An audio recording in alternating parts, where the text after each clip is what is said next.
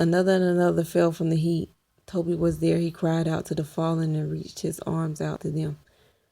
Kun Kanaki, Yali, Kun Tambi, whispers and sighs, and they too rose on the air. They rode the hot breezes.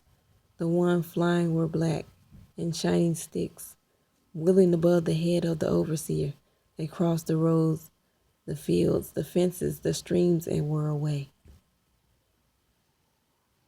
Perfectly illustrated. Look at that. Wow.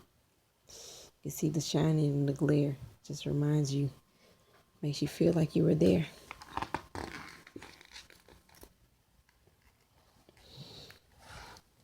Okay, so then it goes on to say, excuse me, and there's a little bit of a glare right there. So let me see if I can get this straightened out a little bit. Okay, so it says, "Seize the old man," cried the overseer. I heard him say the magic words, "Seize him." The one calling himself master come running. The driver got his whip ready to curl around old Toby and tie him up. The slave owner took his hip gun from its place. He meant to kill old black Toby, but Toby just laughed. Say he threw back his head and said, "Hee hee. Don't you know who I am? Don't you know some of us in this field?" He said it to their faces. "We are the ones who fly."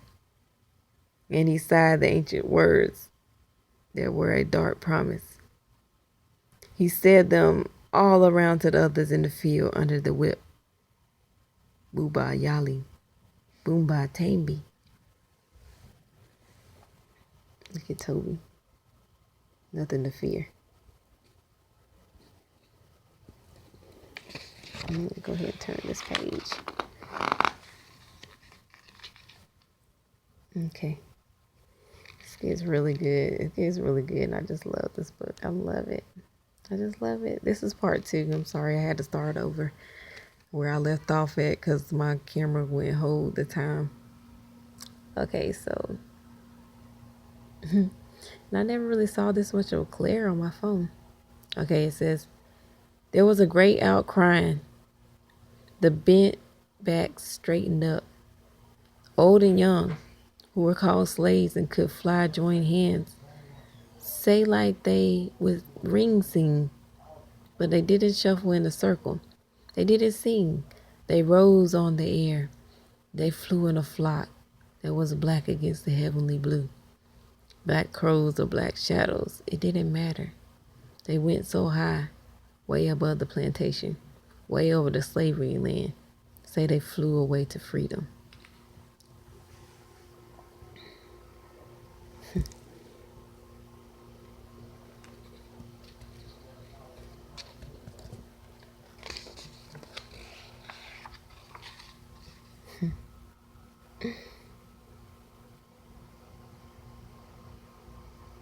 And the old man, old Toby, flew behind them, taking care of them. He wasn't crying. He wasn't laughing. He was a seer.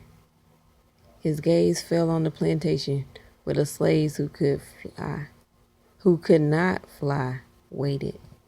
Wow. They waited. Look at that.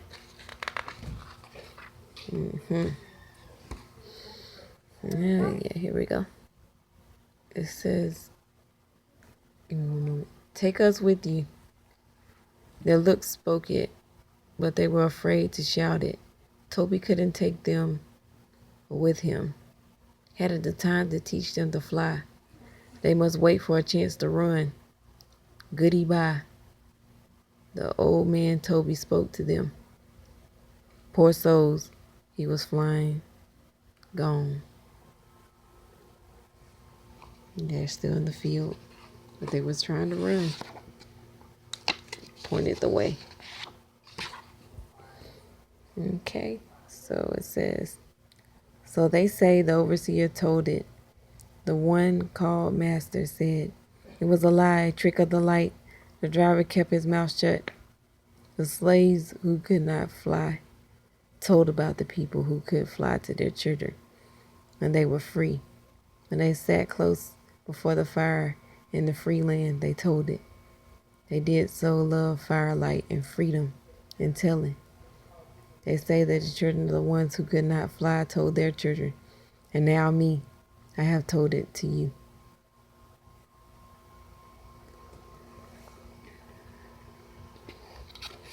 All right.